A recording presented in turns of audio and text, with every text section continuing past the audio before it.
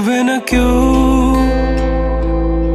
আমার কান্না, বুঝবে না কেউ কত ক্ষত আঘাত সয়েছে মন, কতবার কেঁদে কেঁদে হয়েছে শেষে হতভাগা।